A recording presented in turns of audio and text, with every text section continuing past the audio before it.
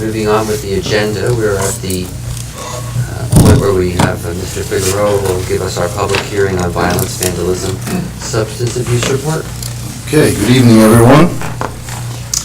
On an annual basis, school districts are required to report at a public hearing the number of acts of violence, vandalism, and substance abuse that occurred in the previous school year. This report also meets the federal requirements of identifying persistently dangerous schools. We report incidents of violence, vandalism, and substance abuse to the board on a monthly basis.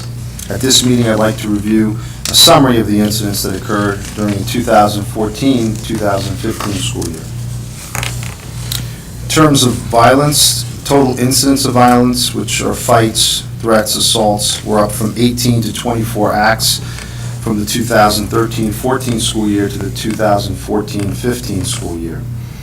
One alarming number in the vandalism, we went down from 12 acts to 4 acts or incidents.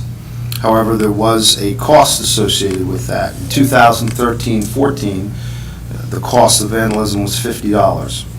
This past year, the cost of property damage was $9,578.60. This was due to one incident at one of our elementary school playgrounds where the police were involved. The prosecutor's office has ordered restitution for the full amount for individuals that were found responsible. In terms of police action, we notified police due to incidents with no complaints filed 9 times 2 years ago. Last year, we notified the police 21 times, no complaints filed. However, there were 26 complaints filed with police 2 years ago, and last year there were only 12. Substance abuse is down from 18 to 14 incidents from 2014 to 14-15.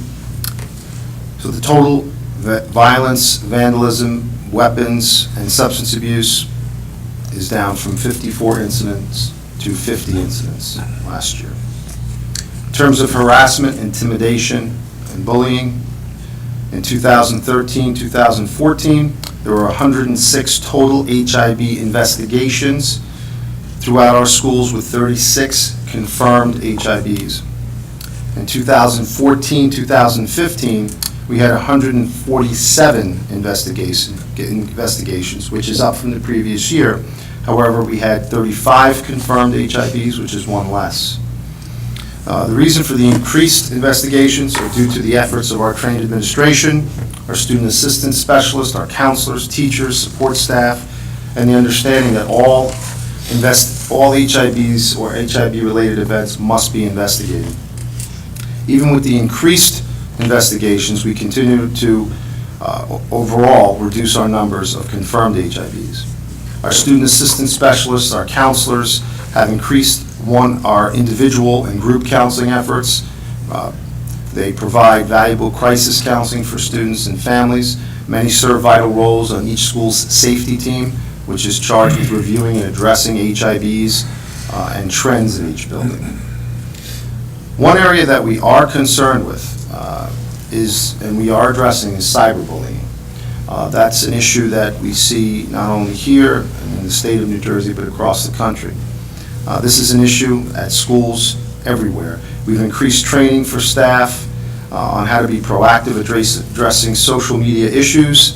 We've added cyber safety and cyberbullying presentations, and we've added sources of strength to our secondary schools to provide students with supports and knowledge when dealing with various issues that may arise.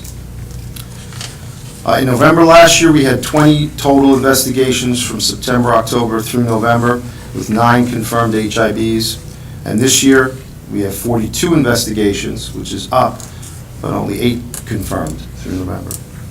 So the trend of having more investigations with less confirmed HIBs does continue.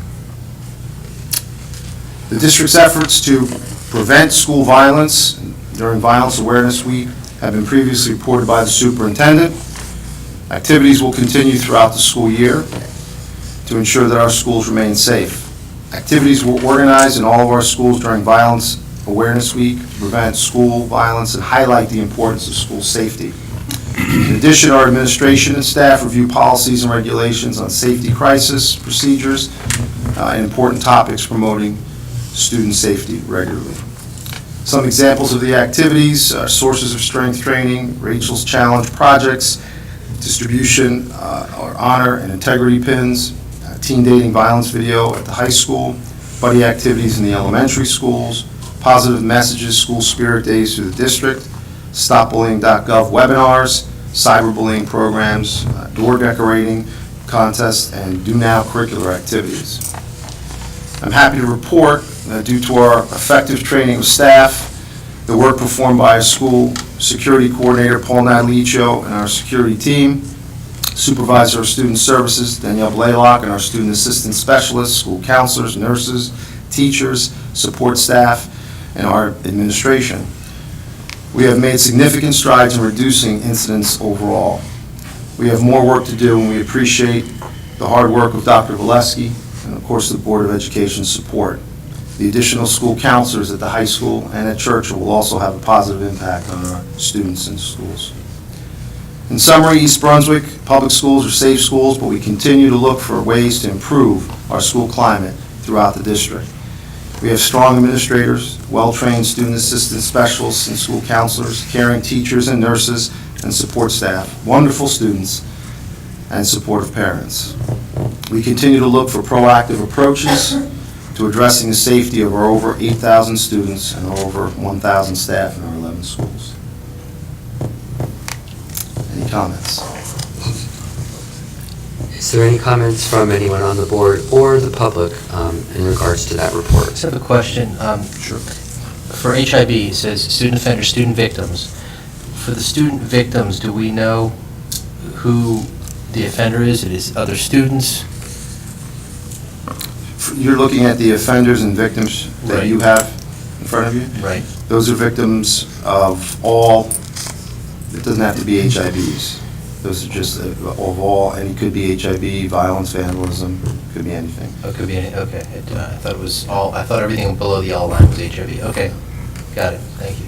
Yes. Mrs. Becker? Lou, in terms of the total counts of violence, vandalism, weapons, substance abuse, off the top of your head, where do we fall in comparison to the rest of the county, or even are there statewide numbers? Yes. There are statewide numbers. We, as a Group 4 school, we're one of the larger schools, obviously, in the state in terms of student population. There's been reports of, per 1,000 students, how many incidents have occurred. The top schools, we're not in the top 100 schools there. I believe that in terms of total incidents, we are, I think, our number 51, but we have like schools in our county that are either smaller than us or similar schools that are much higher in the ranking, only because of the number of students that they have Okay, in terms of total. so you have to put it in In that perspective, yeah. correct, yes. Okay. And we have reduced quite dramatically in the last 3 years, as you can see in front of you, from Yeah. incidents of 73 down to 50. But as I said before, it's a work in progress. Yeah, and Mrs. Becker, I got to tell you, as long as I see a number 1 in that form, we have work to do. So it doesn't matter if we have only 1 incident, we have so much work to do. And it's important that I think we're doing the right work, but we have to continue to find ways to reach a population of students whose needs change from year to year. And it's very dynamic and very fluid. Any other comments? Questions from the public? Okay.